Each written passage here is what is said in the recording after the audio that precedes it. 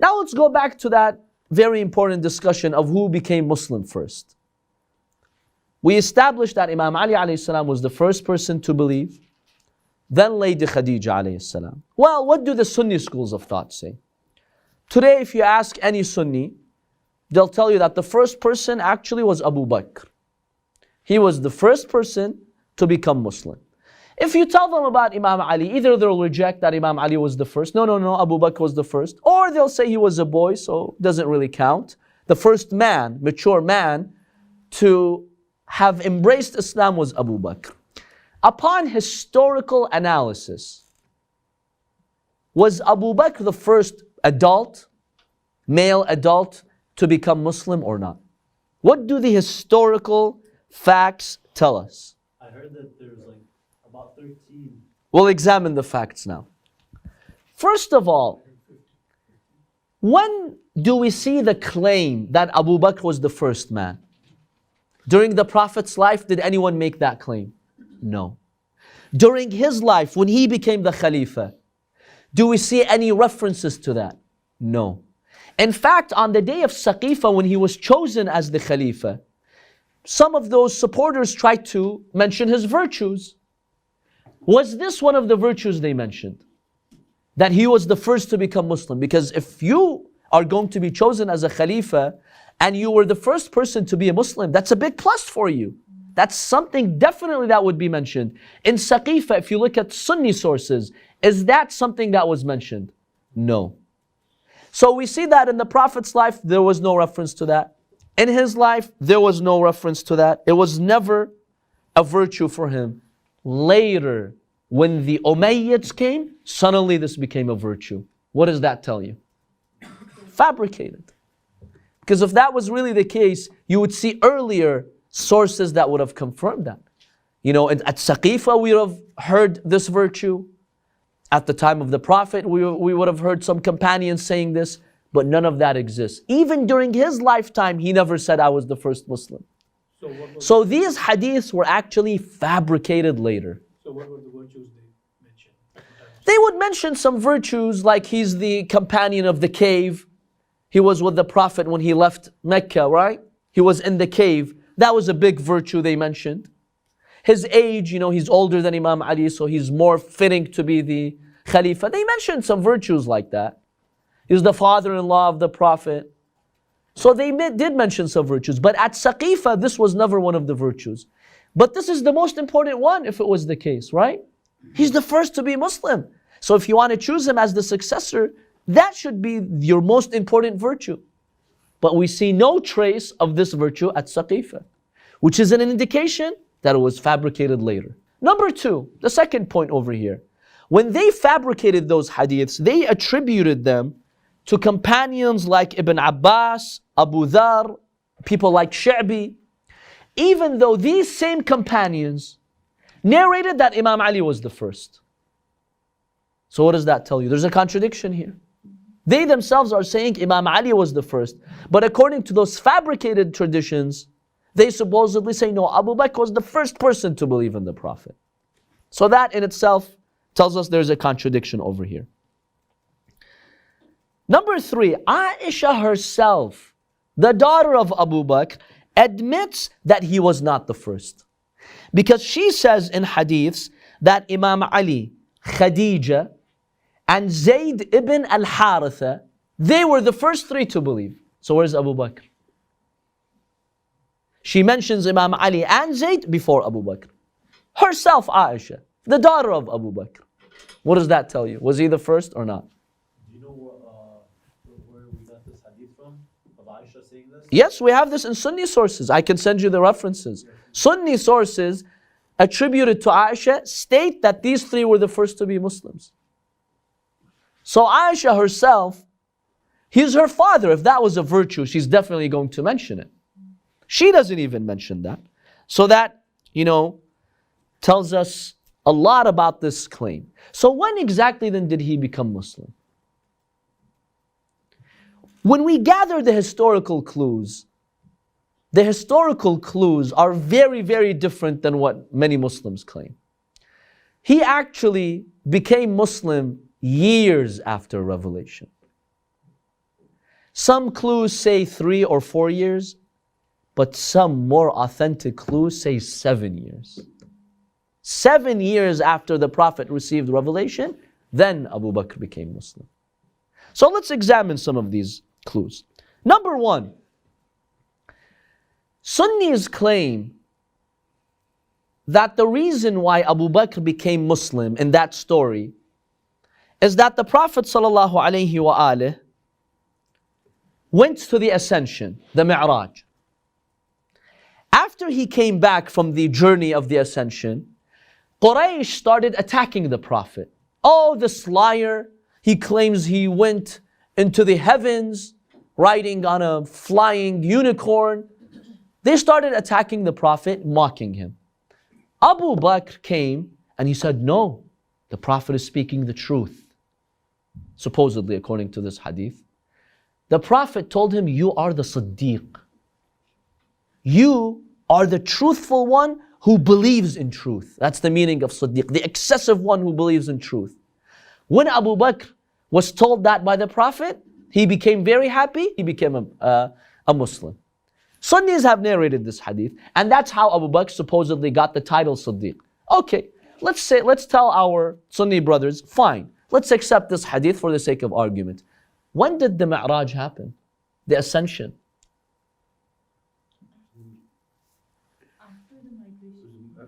No, it was before, it was in Mecca. The earliest sources say 3 to 4 years after revelation. Many say 5 or 6 or 7 years. So it was definitely not before 3 years. And if they're claiming that he became Muslim after Mi'raj, that means what? It was at least 3 years later, 3 to 7 years later. So this in itself is proof, an argument that we can use to say he was not the first. And there were many Muslims in those early 3 years who actually became Muslim. Many people. Is it possible like the Sunni scholars don't go into depth with every hadith? Is it possible like nobody thought of how you examined it right now? Like analyze. Sometimes they do, sister, but that's their belief. That's the core of their school of thought. They'll come up with justifications. You know, if you really corner them, like, okay, fine, this hadith that talks about the Mi'raj, okay, the narrator made a mistake. They'll find a way out because this is a core belief that they have. And when you have a core belief, even if you see hundreds of narrations, let me give you an example. Let's say I come and bring you a hadith that tells you, God forbid, Imam Ali ibn Abi Talib alayhi salam committed a crime. And I sit and I show you the hadith with the chain. Will you accept or no? You're not going to accept because you are firm in your belief that Imam Ali is an Imam chosen by God. So all these hadiths, throw them against the wall. I don't care about these hadiths. I'm just a theoretical example. Same with them. The truth is there, but because they have a core belief that khalas, he's just the first, no argument, they won't accept any argument. They'll find a way to, respond to your argument. But these are the historical clues. So we tell them, from your sources, you've narrated this. Okay, if we accept this hadith of yours, that's a clue that he became Muslim later on, not in those early days. Yes, brother. In Sirah al-Halabiyya, which is an important Sunni source of biography, he mentions that Abu Bakr got this title after the event of Mi'raj, the ascension, and after that he became Muslim. So that happened a few years after. So this is one clue. The second historical clue, Tabari, who's a scholar of the biography, he says 50 people became Muslim before Abu Bakr. 50 people. Tabari, a Sunni scholar, is saying that. And how long did it take, by the way, for 50 Muslims to become Muslim? At least 3 years. At least. Because in those early 3 years, you did not have 50 Muslims yet. So this tells you Abu Bakr became Muslim at least 3 years after the wahi, after the religion of Islam. Wasn't the figure given of 75 at the time of Hijrah? There are a number of figures, but we're just using what Tabari is admitting.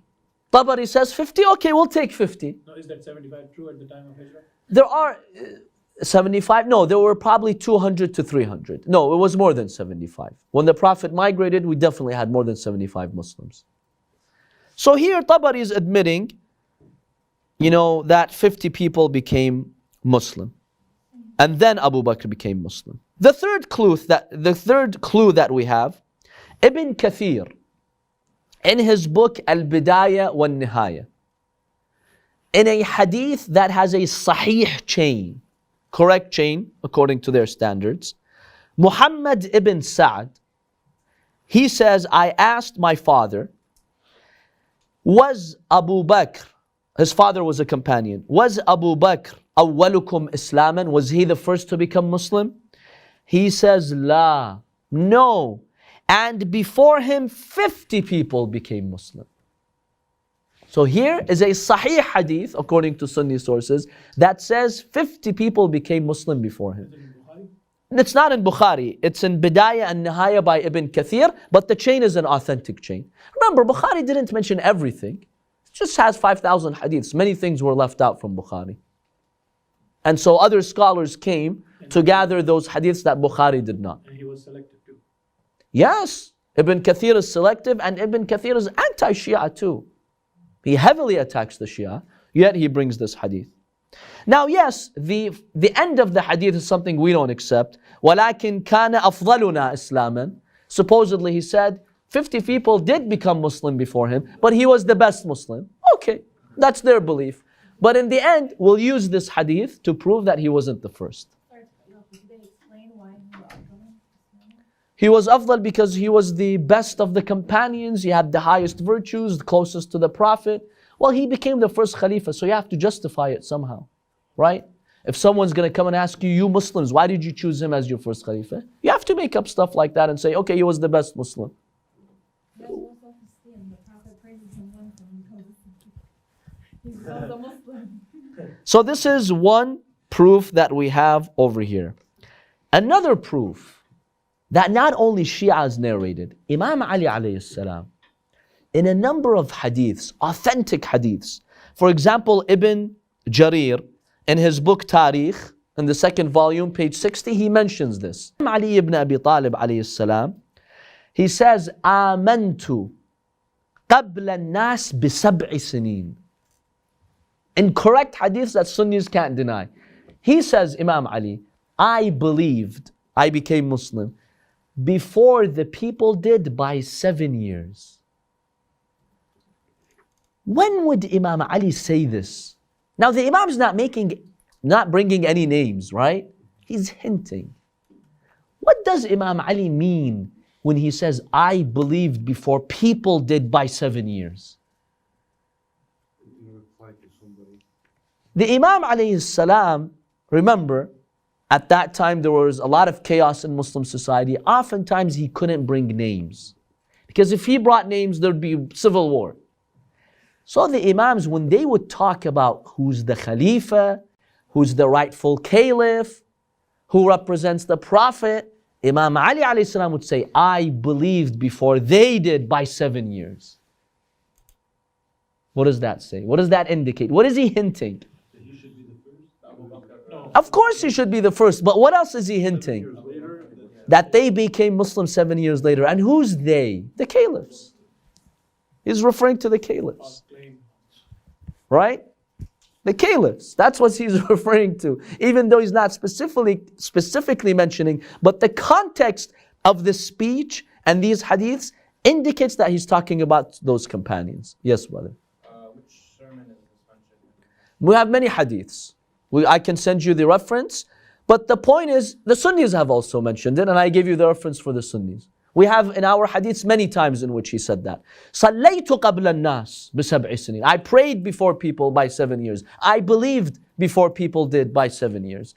And what he means by people, because we know some people did believe in those early years.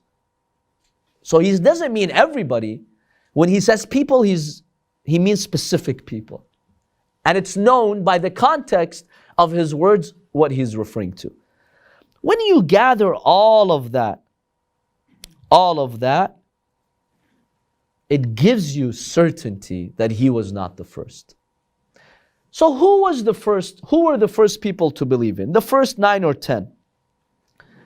So Imam Ali alayhi salam, Lady Khadija, that's a given. Then who? Zayd ibn Haritha, Khalid ibn Sa'id ibn al-As, Abu Dhar al-Ghifari.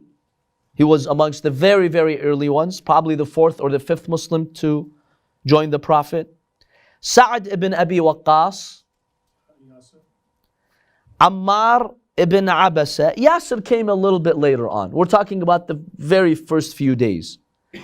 Ammar ibn Abasa, Utbah ibn Ghazwan, Ja'far, the brother of Imam Ali, the son of Abu Talib, Bilal al-Habashi, he was amongst the early ones. Khabbab ibn al-Arat, he was amongst the early ones. Zubayr, the cousin of the Prophet, he was also amongst the early ones. So these are some names of those very early Muslims, and all of them, according to correct historical hadiths, they became Muslim before Abu Bakr did. All of these names, we have proof and evidence, they became Muslim before Abu Bakr did. So these were some of the early, Muslims who joined the Prophet. Now, when you look at the history of Islam, how some other schools of thought view it, one of their claims about Abu Bakr, other than the fact that, they claim he became the first Muslim, they claim he was instrumental in bringing people to Islam. He was the person who invited many of those companions to actually become Muslim. Is that acceptable or not? When we examine the biography of Abu Bakr, we see that this is highly, highly exaggerated. Many of these hadiths are contradictory and they're flawed. So we really can't accept this claim that he was so instrumental in bringing so many people to the religion of Islam. In fact, Abu Bakr could not convince his own father and son. His own father, Abu Quhafa, he did not become Muslim until 20 years later when the Prophet came to Mecca in the year of the conquest of Mecca. Then he became Muslim. His son, Abdul Rahman, he didn't become Muslim. Even his own sister, Farwa, his wife, Namla, or according to one version, Qatila, he could not make them Muslim, right? Now you're going to come and say he was so instrumental. In fact, without him, none of those early Muslims would have become Muslims. That's an exaggeration. We don't see that in his biography, that he was instrumental in bringing people to the religion of Islam. His daughter Aisha, when did she become Muslim? If you ask Sunni schools of thought, they claim she was the 18th person to become Muslim, and her sister Asma was the 17th. So the 17th was Asma, the 18th was Aisha. There's a major flaw in this claim. What is it? According to Sunni belief, she wasn't even born at this time. Because the Prophet supposedly did the marriage contract with her when she was how old? No. They're even worse than that. Not 9, 6. She was 6 when he did the marriage contract. The marriage was consummated when she was 9.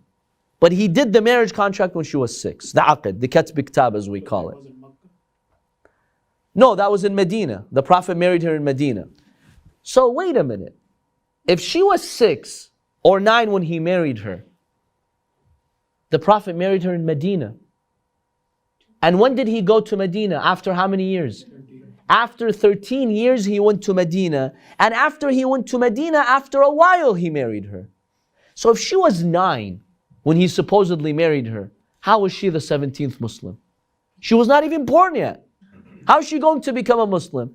So this tells you that one of these claims is a lie. Either she's not the 17th Muslim, or she was not 9 when he married her. So schools of thought, you need to figure that out. Which of these is correct?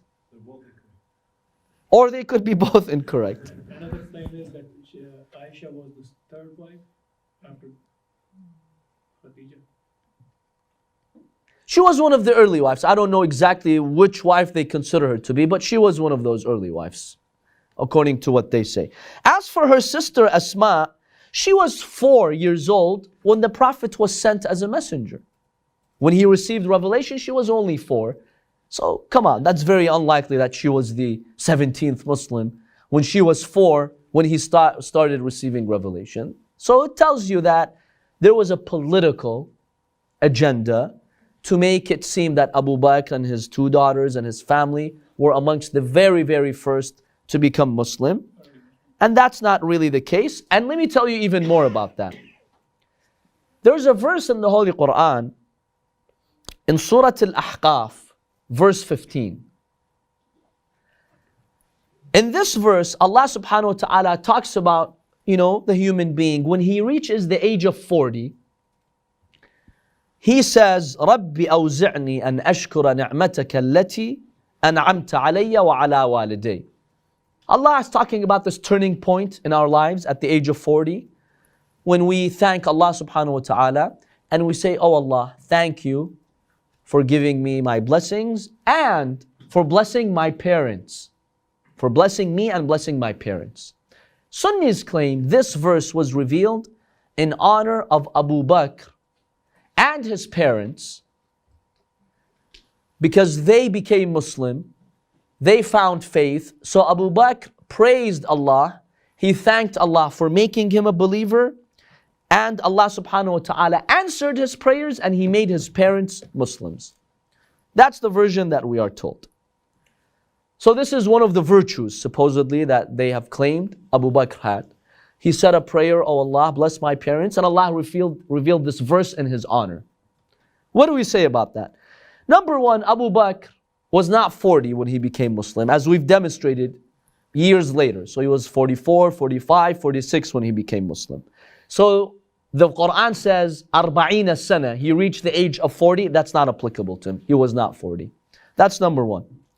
Number two, we just mentioned that historical sources tell us his father, Abu Quhafa, when did he become Muslim?